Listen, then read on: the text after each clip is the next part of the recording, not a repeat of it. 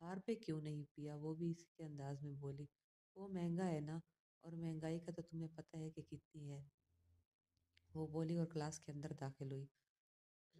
دفعہ ہو یار، کیا چیز ہو تم بھی، توبہ پوری فلم ہو، گلزار ہنستے ہوئے بولی۔ چلو اب چپ کر کے بیٹھ جا، بڑی نیند آ رہی ہے، سونے دے۔ وہ کرسی پر بیٹھی اور سامنے والی کرسی سیدھی کر کے اس پر پاؤں رکھے اور مزے سے آنکھیں بند کر کے سائڈ سے دوپٹہ اٹھا کر منہ پر رکھ لیا۔ اوئی پاگل، سو رہی ہو؟ گلزار حیرت سے بولی۔ اسے دیکھ کر نہیں مر رہی ہوں، ایک کام تو کر، تو بھی میرے ساتھ مر جا، وہ آنکھیں بند کیے ہوئے بولی اور گلزار کا قہقہ بلند ہوا تھا۔ رابی بیٹا ایک کپ چائے تو بنا دو، مجھے مبین بیگم بولی۔ جی جی ابھی لائی بنا کر تائی اماں، رابیل بولی اور کچن کی طرف بڑھی۔ اتنے میں دروازے پر دستک ہوئی تو وہ کچن سے نکل کر دروازہ کھولنے کی طرف بڑھی۔ السلام علیکم، وہ گھر میں داخل ہوا اور بولا۔ وعلیکم السلام بڑے بھائی، اچھے ٹائم پر آئے ہیں آپ، میں چائے بنانے ہی لگی تھی، آپ کے لیے بنا لوں؟ رابیل بولی۔ نیکی اور پوچھ پوچھ دریاب مجھ کو تاؤ دیتا ہوا بولا۔ بس ابھی بنا کر لاتی ہوں، وہ بولی اور کچن کی طرف بڑھی، اور دریاب اس کے کمرے کی طرف بڑھا جہاں فاریہ بیگم اور مبین بیگم بیٹھی تھیں۔ السلام علیکم، کمرے میں جا کر سلام کیا اور کرسی بیڈ کے پاس کھینچ کر بیٹھ گیا۔ وعلیکم السلام، انہوں نے جواب دیا۔ بھابھی اب دریاب کی شادی کر دے بس، فاریہ بیگم مسکرا کر بولی۔ وہ یہ سن کر غصے سے کھڑا ہو گیا۔ کیا ہر وقت شادی شادی شادی کرتے رہتے ہیں سب؟ میرے سامنے یہ ذکر مت کیا کرے، مہربانی ہوگی آپ سب کی۔ اس کی آواز میں اتنی سختی تھی کہ رابیل بھی اس کی آواز سن کر کمرے کی طرف بھاگ آئی۔ معذرت کے ساتھ چچی، مجھے شادی کا مت کہا کریں، وہ بولا اور وہاں سے اوپر کی طرف چلا گیا۔ اس کے جانے کے بعد وہاں خاموشی چھا گئی۔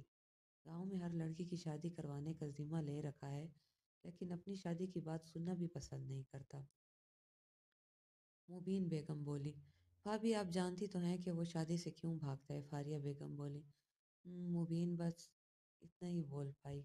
بھابھی آپ پریشان نہ ہو، ماشاءاللہ ہمارا دریاب جتنا اچھا ہے نا، اللہ نے اس کے لیے کچھ بہت اچھا ہی سوچا ہوگا، فاریہ بیگم بولی۔ رابیل کچھ سوچتی ہوئی واپس کچن کی طرف بڑھی۔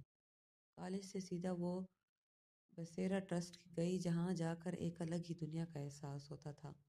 وہ اکثر ہی وہاں جایا کرتی تھی، وہاں جا کر سوچتی کہ اللہ نے اسے تو پھر اپنا گھر اور ماں باپ کا سایہ دیا ہے، لیکن وہاں موجود بچے، ان کا تو ایک دوسرے کے سوا کوئی تھا ہی نہیں۔ وہاں رہنے والے بچوں نے ایک دوسرے سے ہی اپنے تمام رشتے جوڑ رکھے تھے۔ اتنا سکون ہوتا ہے اس جگہ کی، دل کرتا ہے اس دنیا سے باہر کبھی نہ جائے۔ وہاں رہنے والے صحیح معنوں میں اپنی زندگی گزار رہے تھے، اللہ کا شکر ادا کر کے۔ اور یہاں ایک ہم لوگ ہیں کہ اپنے گھر میں اپنے ماں باپ بہن بھائی کے ساتھ رہتے ہوئے بھی ناشکرے ہیں، کبھی اللہ سے کسی بات کا شکوہ اور کبھی کسی بات کا، کبھی شکر ادا ہی نہیں کرتے، بس شکوے شکایتیں کروا لو جتنی مرضی۔ وہ جب بھی وہاں آتی، جتنا اس سے ہو سکتا یا جتنا وہ تب تک جمع کر پائی ہوتی، ان سارے پیسوں سے کبھی کھلونے لے آتی بچوں کے لیے تو کبھی فروٹ وغیرہ۔ ایک بار وہ خالی ہاتھ آئی تھی تو بچے بہت مایوس ہوئے تھے، اس کے بعد یہ کبھی خالی ہاتھ نہ جاتی۔ ان کھلونوں کی قیمت تو زیادہ نہ ہوتی، پر ان کھلونوں کو دیکھ کر جو بچے خوش ہوتے تو اسے لگتا اس نے لاکھوں روپے کما لیے ان کی خوشی سے۔ آج تو ویسے بھی وہ کسی مقصد کی وجہ سے گئی تھی، وہاں تو خالی ہاتھ کیسے جاتی؟ بلال نامی ایک بچہ جس کی عمر تقریباً 5 سال تھی، 2 سال پرانی بات ہے جب یہ اپنے امی ابو کے ساتھ ملتان سے اسلام آباد آ رہا تھا، لیکن خدا کو کچھ اور ہی منظور تھا، وہ بس حادثے کا شکار ہو گئی جس کی وجہ سے کافی لوگ جان سے گئے۔ ان کافی لوگوں میں اس کے ماں باپ بھی شامل تھے۔ بچے کے خاندان والوں کو ڈھونڈنے کی بڑی کوشش کی مگر کوئی سامنے نہ آیا، تو ایک آدمی نے اس کو بسیرا ٹرسٹ چھوڑ دیا۔ آج 2 سال ہو گئے لیکن کوئی اسے لینے نہ آیا۔ اس کی سالگرہ تھی تو آج نور کیک اور ساتھ غبارے وغیرہ لے گئی تھی۔ اس کے پاس پیسے بے شک نہیں تھے، پر اللہ نے دل بہت بڑا دیا تھا، اس نے ساری جمع پونجی وہ ان بچوں پہ ہی لگاتی تھی۔ کافی ٹائم وہاں گزارا اور پھر واپسی کے لیے نکلی۔ السلام علیکم اماں، وہ لڑکھڑاتی ہوئی گھر میں داخل ہوئی اور سلام کیا۔ وعلیکم السلام۔ ہائے اماں، پانی دے دیں، بڑا ہی درد ہے پاؤں میں، وہ چارپائی پر بیٹھی اور بولی۔ کہا بھی تھا کہ مت جاؤ یونیورسٹی، اب تکلیف بڑھ گئی نا، راشدہ بیگم بولی اور پانی کا گلاس اسے پکڑایا۔ سب خیریت ہے؟ یہ گلی میں 1122 والے کیوں کھڑی ہیں رابعہ باجی کے گھر کے سامنے۔ اس نے پانی پیا اور پوچھا اس کے والد صاحب کی طبیعت نہیں ہے ٹھیک؟ تو ابھی فون کرنے آئی تھی رابیل سے، بیچاری بہت زیادہ رو رہی تھی۔ راشدہ بیگم بولی آپ رابیل کی طرف کیا کر رہی تھی؟ اس نے پوچھا۔ حلیم بنایا تھا تو سوچا پکڑاؤں، راشدہ بیگم بولی۔ رابی کیسی ہے؟ اس نے پوچھا۔ ٹھیک تھی، مگر یہ تم مجھ سے کیوں پوچھ رہی ہو؟ تمہیں نہیں پتہ کہ آپ اس صبح ملی ہو اس سے؟ راشدہ بیگم بولی وہ ویسے ہی آپ رابعہ باجی کے گھر گئی، اس نے بات بدلنی چاہیے۔ ہاں گئی تھی، بہت دل برا ہو رہا تھا اس بچی کو دیکھ کر، مجال ہے محلے والوں میں سے کسی ایک نے بھی جا کر ان کی خبر لی ہو۔ کیا غلطی تھی احمد کی؟ یہی کہ ایک کوٹھے والی سے شادی کر لی اس نے۔ بس اماں، یہ دنیا کسی بھی حال میں جینے نہیں دیتی۔ جو لوگ انہیں کوٹھے والیوں کے طور پر استعمال کرتے ہیں وہ اس دنیا کی نظر میں صحیح ہیں، اور جو عزت دے کر نکاح کر کے اپنے گھر لے آئے وہ غلط ہے۔ نور بولی مجھے تو رابعہ پر ترس آتا ہے۔ اس کو یہ دنیا جینے کیسے دے گی؟ ساری زندگی ایک کوٹھے والے کی بیٹی کہہ کہہ کر لوگ اسے زندہ مار دیں گے۔ ماں پہلے گزر گئی اور اب باپ بھی کینسر کا مریض ہے، اس بچی کا کیا بنے گا؟ پوری دنیا میں اکیلی رہ جائے گی لوگوں کے طعنے سننے کے لیے۔ راشدہ بیگم بولی۔ ان کی آنکھیں نم ہو گئی تھیں۔ بس آپ دعا کریں اماں، اللہ اس کے والد کو صحت یاب کر دے۔ آمین، نور بولی۔ آمین آمین، راشدہ بیگم بولی اور اپنی آنکھیں صاف کی۔ میں کپڑے بدل کر آئی، پھر نور اپنی آنسوں سے بھری آنکھیں لیے کھڑی ہوئی اور وہاں سے چلی گئی۔ کسی کا دکھ دیکھ کر نہیں روتا انسان، بس اس کو اپنا دکھ نظر آ رہا ہوتا ہے اس انسان میں۔ کیا کروں رابی کو بلانے کے لیے؟ وہ پریشانی سے چھت پر ادھر ادھر چکر لگا رہی تھی۔ آواز دوں کیا؟ خود ہی سے باتیں کرتے ہوئے بولی۔ ارے نہیں نہیں، اگر وہ نیم چڑھا کریلا آ گیا پھر کچھ اور سوچ کر نوری بڑبڑائی اور بولی آئیڈیا۔ وہ بڑبڑائی اور چھت سے پتھر اٹھا کر ہاتھ میں پکڑا۔ اللہ جی پلیز، جہاں مارنا چاہتی ہوں بس وہاں ہی لگے یہ پتھر۔ آمین آمین، وہ بڑبڑائی اور اچھل کر پتھر دوسری طرف پھینکا۔ ایک دم ایک چیخ کی آواز آئی، او تیری نوری تو گئی۔ وہ چیخ سن کر بڑبڑائی، کیا ہوا بھائی، آپ ٹھیک ہے؟ رابیل چیخ سن کر اوپر کی طرف بھاگی اور سامنے کھڑی دریاب سے بولے جو سر پکڑ کر کھڑا تھا، اف یہ کیا کر دیا نوری؟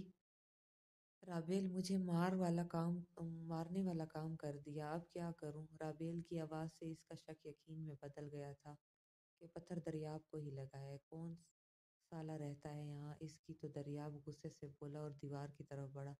نوری بیٹا الٹی گنتی گن اور بھاگ یہاں سے، نوری بڑبڑائی اور واپسی کے لیے مڑی۔ ارے بھائی رکے تو، بات تو سنے۔ رابیل نے روکنے کی کوشش کی مگر اب کہاں وہ کسی کی سننے والا تھا۔ اوئے رک، دیوار کے اس پار دیکھ کر بولا، وہاں کوئی بھاگتا ہوا نیچے کی طرف جانے لگا تھا۔ اس کی آواز پر وہ رک گیا، پیچھے سے تو کوئی لڑکا لگ رہا تھا، اس لیے وہ غصے سے بولا، مڑ پیچھے، تیری ایسی کی تیسی، تیری ہمت کیسی ہوئی پتھر پھینکنے کی؟ مڑ پیچھے، دریاب غصے سے بولا، لیکن وہ نہیں مڑا۔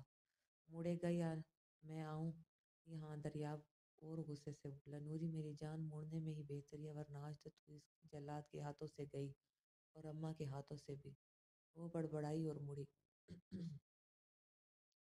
تم؟ دریاب حیرت انگیز نظروں سے اسے گھورتے ہوئے بولا۔ وہ کچھ اور بولتا اس سے پہلے ہی ایک عجیب سا شور ان کے کانوں میں پڑا، جیسے کوئی بہت چیخ رہا ہے، اتنا کہ اس کی جان نکل جائے گی چیختے ہوئے۔ اللہ خیر، نوری بولی اور بھاگ کر گلی میں جھانکا۔ دریاب اور رابیل بھی فوراً گلی کی طرف بھاگے۔ رابعہ کی آوازیں تھیں اور اس کے والد صاحب کا انتقال ہو گیا تھا۔ نور بولی اور اس کے آنکھیں آنسوں سے بھر گئی۔ دریاب نے ایک نظر اسے دیکھا اور اس کی آنکھ آنسو کو گلی میں اسٹریچر پر اس کے والد کی لاش پڑی تھی اور وہ زمین پر بیٹھی، زندہ تو تھی لیکن مر چکی تھی، اس کی دنیا ختم ہو گئی تھی۔ آج اور تماشا دیکھنے کے لیے تو سب گلی والے اپنے گھروں کی چھت اور گھروں کے دروازے پر موجود تھے، مگر کوئی بھی ان کے پاس تک نہیں آیا۔ نور نے اپنے آنسو صاف کیے اور ایک نظر گلی کے گھروں کی طرف دیکھا۔ ہر گھر سے لوگ، کوئی چھت سے اور کوئی دروازے کھڑکیوں سے اسے دیکھ رہا تھا۔ یہ دیکھ کر نیچے کی طرف بھاگی۔ دریاب اور رابیل اسے بھاگتے دیکھا، رابیل بھی نیچے کی طرف بھاگی۔ دریاب وہیں ہی کھڑا رہا۔ کیا دیکھ رہے ہو سب؟ یہاں کوئی فلم چل رہی ہے کیا؟ تم لوگوں یہ جو تماشا دیکھنے کے لیے تو آ جاتے ہیں فوراً، مگر کسی کے دکھ میں شریک ہوتے ہوئے تم لوگوں کی عزت کم ہو جاتی ہے۔ تم لوگوں کا ظرف ہے یہ۔ ارے میں تو تم لوگوں کو یہ بھی نہیں کہہ سکتی کہ چوڑیاں پہن کر گھر میں بیٹھ جاؤ، کیونکہ تم لوگ اس کے بھی قابل نہیں ہو، گلی میں آ کر وہ غصے سے بولی۔ کافی لوگ دروازہ بند کر کے اپنے گھروں میں چلے گئے۔ یہ تربیت کی ہے تمہاری ماں باپ نے تمہیں بڑے چھوٹے کی تمیز ہی نہیں ہے، ایک موٹی سی عورت اپنی چھت سے بولی۔ تمیز اور تربیت کی بات آپ کے منہ سے گالی کی طرح لگ رہی ہے آنٹی جی۔ تمیز اور تربیت کی ضرورت مجھے نہیں، آپ کو ہے۔ میرے ماں باپ نے مجھے جو تربیت دی ہے وہ آپ کے سامنے ہے اور مجھے فخر ہے اس پہ۔ کم از کم آپ لوگوں جیسی تو تربیت نہیں ہوئی میری۔ ارے تم لوگ انسان بھی ہو یا نہیں جن کا دل پگھلتا ہی نہیں؟ کیسے پتھر دل لوگ ہو، اپنے خدا کو کیا منہ دکھاؤ گے؟